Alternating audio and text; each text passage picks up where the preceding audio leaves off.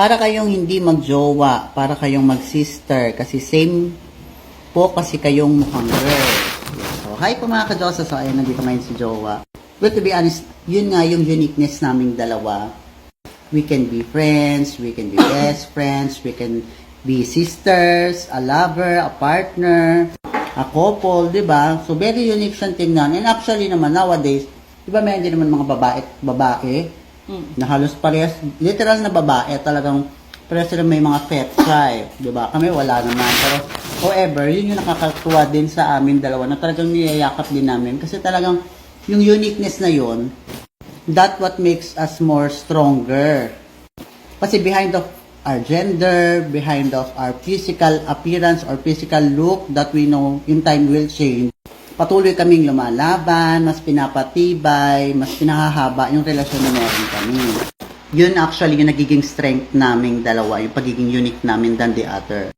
But behind of our physical look, yung love namin para dun sa isa't isa ay talagang nandoon. Ikaw, baby, may sasabihin ka ba? No. Nanguya muna ako. Parang masasabi mo. Sa kanya? Sa kapitbahay. Hindi, I mean, dun sa mga tao na ganun din. Kasi for sure, ganun din naman yung tingin sa atin ng marami na. Ba't parehas silang mukhang babae? However, mukha lang naman. Kasi nga, reto kada ko. So, ayun. So, ano yung message mo naman dun sa mga tao na ganun yung tingin sa atin? Paano yun? Mukha kayo. Hindi kayo mukhang magjowa. Mukha kayong ano. Parang ganun. Huwag specifically sa kanya. Kasi for sure, marami rin ganyan yung tingin sa atin, di ba? So, ang masasabi ko is, actually, advantage siya sa akin bilang babae. Kasi, parang nga kaming magkapatid na babae. At the same time, magjowa kami. Kung anong gusto ko, alam niya. Kung anong gusto niya, alam ko. So, mas madali namin mapapasaya yung isa't isa. And also, alam niyo ba one time, galing ang work, tapos usually kasi pag sobrang traffic, nag-aangkas ako or nagjo-joyride. Tapos, one time, nakasakay ako sa isang driver na hindi naka-uniform. Sabi ko, Kuya, hindi ka ba ala ka bang uniform? Kasi baka anong isipin sa akin ng asawa ko. So, thinking na babae yung isip niya. So, kung ako din naman, yung nasa sitwasyon niya, for sure, magtataka ako kung sino ba yung kasabay ng asawa ko. Kaya, parang mas nagiging sensitive ako dun sa feelings niya. Kasi alam kong kung ano yung mararamdaman niya.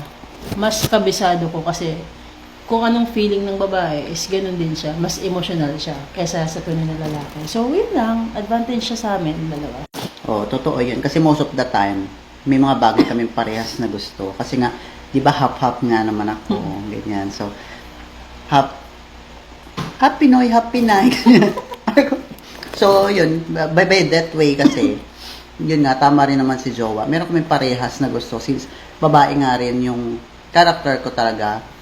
However, kapag yung naman mga nagkakatalaka naman kami, doon naman kami nagkaka-problem. Kasi nga, parehas nga kaming babae. And you know, yung bibig ng babae naman, mostly I'm not saying lahat, mostly naman talaga matatalak din. So, ayun naman yung nagiging disadvantage sa amin. Pero yun lang naman din. Pero overall, di ba, maganda yung samahan kasi nga, mahalaga damit ko rin diba? Oo, actually. Isa pa din yun, minsan yung mga damit namin, meron akong damit na hindi nagagamit, gusto niya ng ganong klaseng damit. So, hindi ko naman siya ginagamit. Nagagamit niya din yun, pang office niya, kaya pang mga dress-dress. Yeah. So, yun. It's an advantage and may disadvantage din, pero mas maraming advantage for me. Oo, sa akin din. Ang nagiging ano lang naman yan is, yung sa mata ng mga tao na nakakakita.